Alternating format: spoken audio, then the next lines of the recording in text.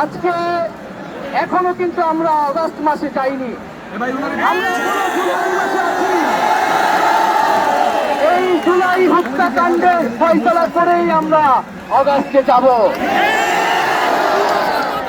আপনারা প্রিয় দেশবাসী এবং ছাত্র জনতা সকলেই জানেন যে কোটা সংস্কারের দাবিতে এবং মেধাভিত্তিক সমাজ গঠনের অভিপ্রায়ে আমরা বাংলাদেশের ছাত্র তরুণরা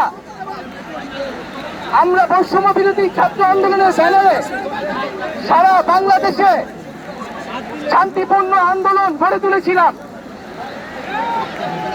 আমাদের ন্যায্য এবং যৌক্তিক আন্দোলনে আপনারা দেখেছেন কিভাবে এই ঢাকা বিশ্ববিদ্যালয়ে আমাদের বোনদেরকে ছাত্রলীগের হায়নারা পিটিয়েছে, নির্মমভাবে হামলা করেছে। আমরা তারপরে দেখেছি যে আইন শৃঙ্খলা বাহিনীকেও দমন পীড়নে কাজে লাগিয়ে সারা দেশের ছাত্রদের উপরে নির্মম অত্যাচার শুরু করা হয়েছিল। এর প্রতিবাদে আমরা সারা বাংলাদেশে শাটডাউন কর্মসূচি দিয়েছিলাম এবং সেই শাটডাউন কর্মসূচিতে সারা বাংলার ছাত্রদের সাথে অভিভাবক, শিক্ষক সহ, শ্রমিক সহ সর্বস্তরের নাগরিকরা আমাদের সাথে এসে আমাদের নিরাপত্তা দিতে নেমে এসেছিলেন। এবং আমরা দেখেছি যে এই সরকার সেই শাটডাউন কর্মসূচিতে ইন্টারনেট বন্ধ করে দিয়ে একটা ডিজিটাল ক্র্যাকডাউন শুরু করেছিল। পরবর্তীতে পুলিশ পিছু উঠলে সেনাবাহিনীকে নামিয়ে কারফিউ জারি করা হয়েছিল। তারপরেও ছাত্র জনতাকে কিন্তু প্রতিরোধ থামে নাই। ছাত্র জনতা 19 জুলাই কারফিউ ভাঙার ঘোষণা আমরা দিয়েছিলাম রাতে, এবং সেই ঘোষণা কোন মিডিয়ায় প্রচার করতে দেওয়া হয় নাই। এবং 19 জুলাই আপনারা থামেন।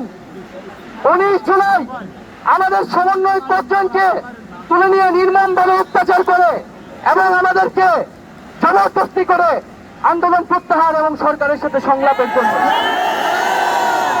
পরবর্তীতে দেখেছেন হাসপাতালে আমাদেরকে জিম্মি করে রাখা হয়েছিল এবং সেটাও না পেরে ডিবি অফিসে আমাদেরকে তুলে নিয়ে গিয়ে জিম্মি করে আমাদের থেকে বক্তব্য নিয়ে এসেছিল। এবং আপনাদের প্রতি সাধুবাদ থাকবে যে সেই বক্তব্য বিশ্বাস না করে আপনারা রাজপথ দখলে রেখেছেন এবং ডিবি অফিস থেকে আমাদেরকে প্রধানমন্ত্রীর দপ্তরে নিয়ে যাওয়ার পরিকল্পনা তারা করছিল। আপনাদের আন্দোলন এবং আমাদের অনশনের কারণে তাদের সেই পরিকল্পনা নস্যাৎ হয়ে গিয়েছিল। আমরা এখন স্পষ্টভাবে বলতে চাই, এই যে এতগুলা খুন হয়েছে, যেই লাশের হিসাবটা পর্যন্ত আমরা এখনো পাইনি। এই সরকার মানুষ খুন করেছে, মানুষ গুম করেছে, এখন সে লাশও গুম করেছে। যারা খুন করেছে তারা কি খুনের বিচার করবে? তাদের কাছ থেকে আমরা আর খুনের বিচার প্রত্যাশা করি না।